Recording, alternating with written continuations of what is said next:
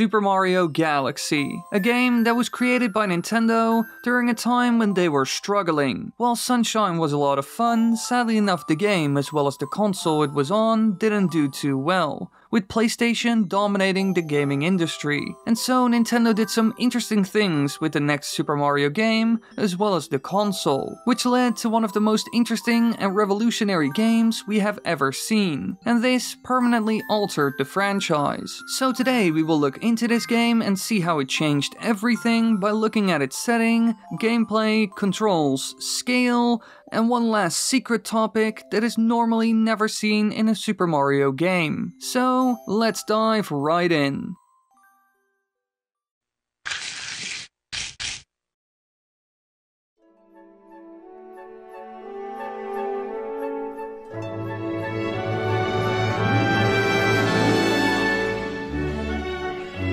In the past, Nintendo had experimented with interesting settings before, playing around with concepts like Jurassic Park for Super Mario World and a tropical island for Super Mario Sunshine. Personally, I quite like these. They had an identity and allowed for some unique locations that weren't seen in any of the other games. However, in some ways, they were still lacking. For example, while I love Super Mario Sunshine, everything kind of looked the same. The variety in visuals and settings can be a bit lacking at times, and the color scheme doesn't change too much. And the same goes for Super Mario World. A lot of the levels, castles, and everything else looked similar to each other. However, not every Mario game suffers from this. For example, in Super Mario 64, we had loads of variety. Sure, some of the visuals and levels were odd to say the least, because the worlds looked a bit empty or very out of place, but it did offer a lot of different things. However, when Super Mario Galaxy was released, Nintendo finally learned something when it comes to the setting of a game. They need a place they can experiment with, and locations that are radically different from the last one they played around with. In the castle that's seen in Super Mario 64, this was possible due to the paintings, while the castle itself functions as the hub world,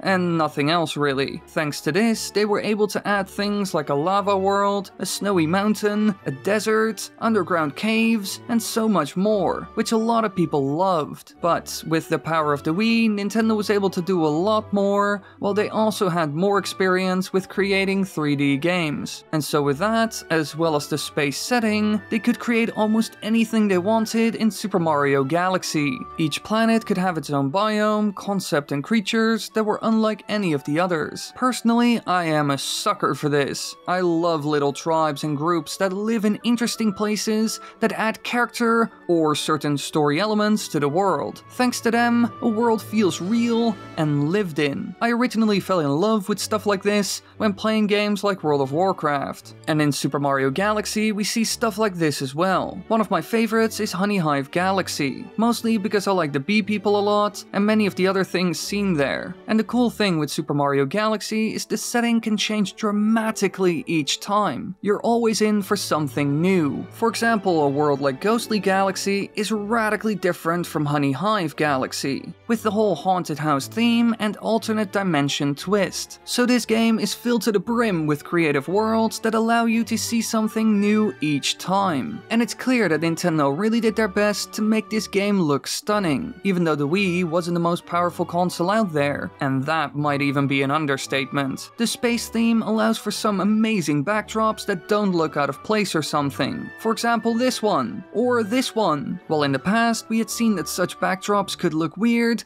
or just not that good, as seen in Super Mario 64 for example. But these ones are beautiful and always complement the levels they are seen in. And then you got the lighting. Overall, Nintendo still kept the incredibly colorful themes that were seen in Super Mario Sunshine, but this time around they experimented with a lot more, as you can see in one of the galaxies I mentioned earlier, the Ghostly Galaxy. At one moment they are creating a dark and spooky setting with otherworldly visuals, low amounts of light, and small corridors and rooms. And then in the next galaxy you are in an underwater world filled with cool little details like a sunken ship and little penguins that are swimming around. This had a huge impact on the games that came after. Nintendo understood that they needed to have a playground. That's also why they even went with the travel theme seen in Super Mario Odyssey, because it again allowed for a lot of variety and very creative worlds. I mean, the Luncheon Kingdom alone is already a great example of this, with the use of color as well as very odd shapes. And as you can imagine, this also affected gameplay a lot, which is the next thing we will be talking about.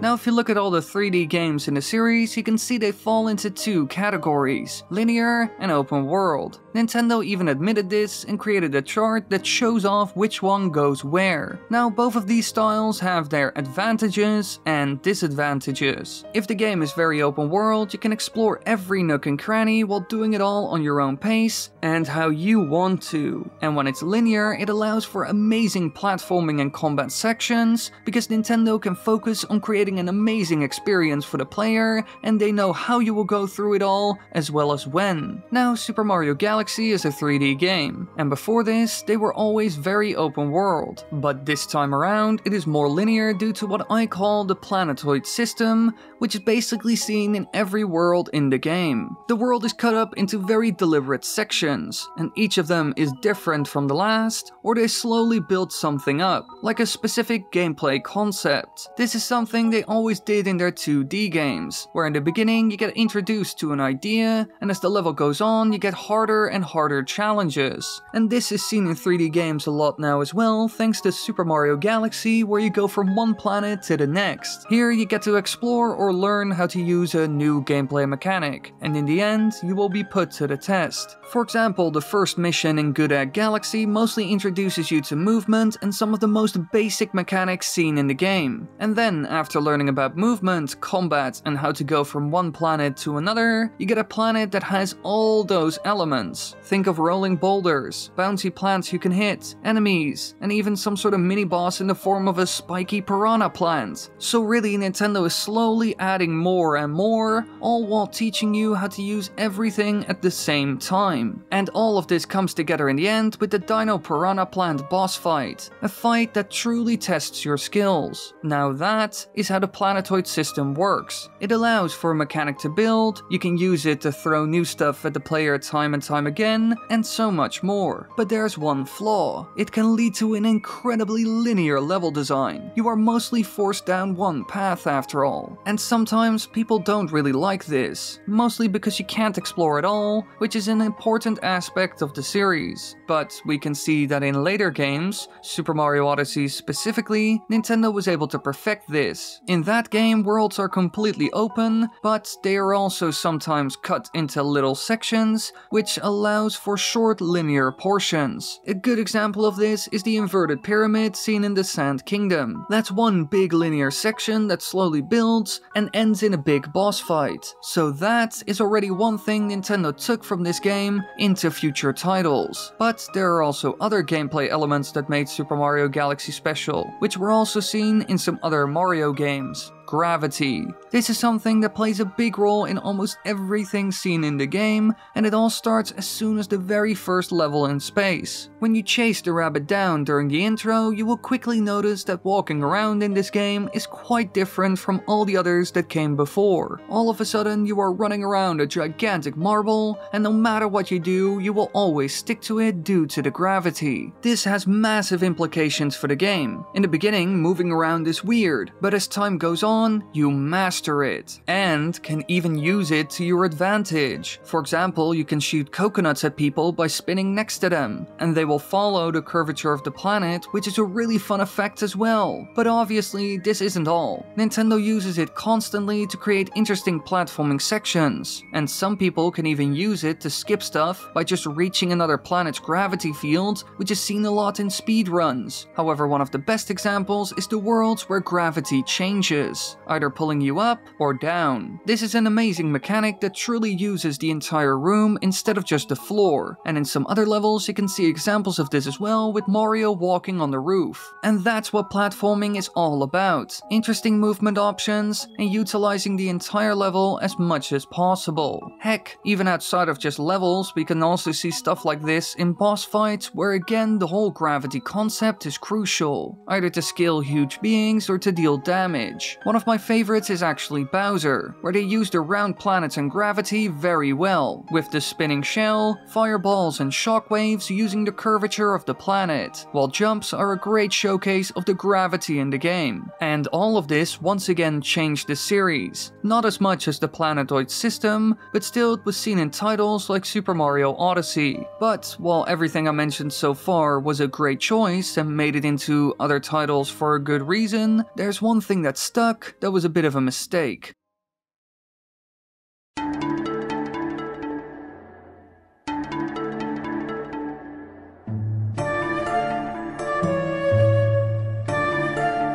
Motion controls were a gimmick, which are now for the most part a relic of the past, almost like a ghost, and I get why. While in the beginning it really took the gaming world by storm, with both kids and adults falling for it, this quickly disappeared. During the first couple of years of the Wii, people loved it, and the console was selling like crazy. But as time went on, numbers went lower and lower, and even the people that already owned the console started to lose interest. Which was also happening because more and more companies like Xbox and PlayStation were releasing their own versions as well. Now, Super Mario Galaxy came out during the early days, and as expected, motion controls are seen in the game. However, how do you even add motion controls to a platforming title like this without it becoming incredibly annoying? This is a tough task, as you can imagine, and in many ways Nintendo did a pretty good job, but ultimately we can do without them, we all know that. Now they made the spin ability tied to motion controls as well as some point and click stuff, which is used for moving around or to feed a Luma. This worked for the most part and could even be fun at times, while it didn't make the game incredibly frustrating or something like that, which can't be said about every game with motion controls. However, I will say the parts that required you to use the controller as some sort of balancing stick while Mario was on top of a gigantic ball rolling around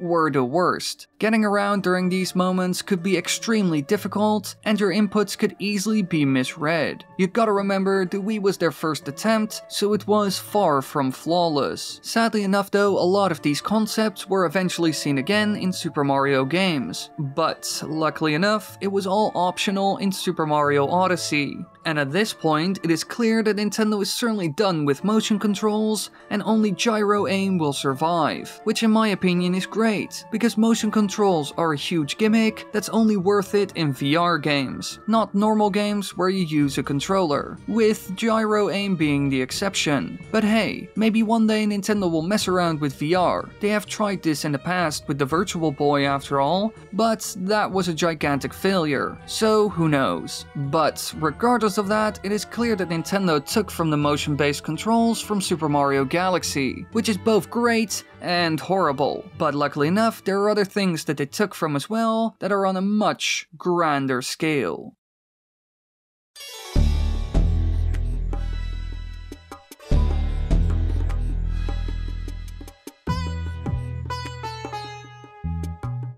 If you look at a lot of the Super Mario games, you will quickly see that they are a bit odd. Things just some sort of happen. For example, Super Mario 64 just starts with Mario jumping out of a pipe, and he explores a castle filled with magical paintings, all while unlocking more sections, fighting Bowser's minions, and saving Peach. But while that was fun and all, it is still incredibly different from what we saw in later titles, with everything happening on a grand scale. And all of this started with one Super Mario title, Super Mario Galaxy, the first game that truly took it all to new heights. From the very beginning, when Mario arrives in the Mushroom Kingdom for the festival, we could see that Nintendo wasn't going to quietly enter the building. Instead, they kicked the door open. We are thrown right into the action, with Bowser launching a full-on attack on the Mushroom Kingdom, destroying almost anything in sight using his airships. And so you're in for a grand cutscene where you see a lot of action, hear bombastic music, and are faced with a dramatic ending where Peach is kidnapped and Mario ends up up lost in space. Stuff like this was never really seen in the games before. Sure, Super Mario Sunshine carefully took steps in this direction with stuff like Mecha Bowser,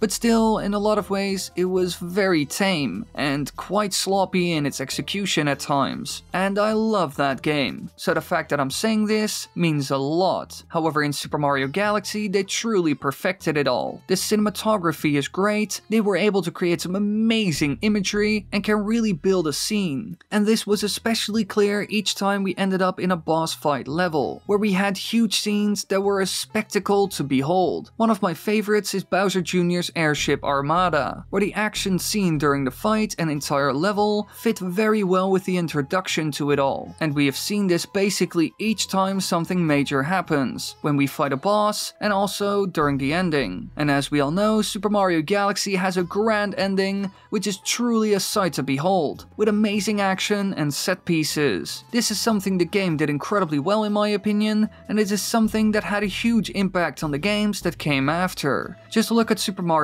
Odyssey, for example. In that game, you were also thrown into the action right away, with Mario fighting Bowser and actually losing. And throughout the game, we will see many more scenes like this. For example, in Bowser's Kingdom, where we confront Bowser before he goes to the moon. And even in other titles like Super Mario 3D World, we see cool themes and scenes in places like the final world, which has the whole carnival theme, and again, a flashy ending. It was clear that from this point onward, they truly upped their game. But there's one other thing they did that also had a massive impact.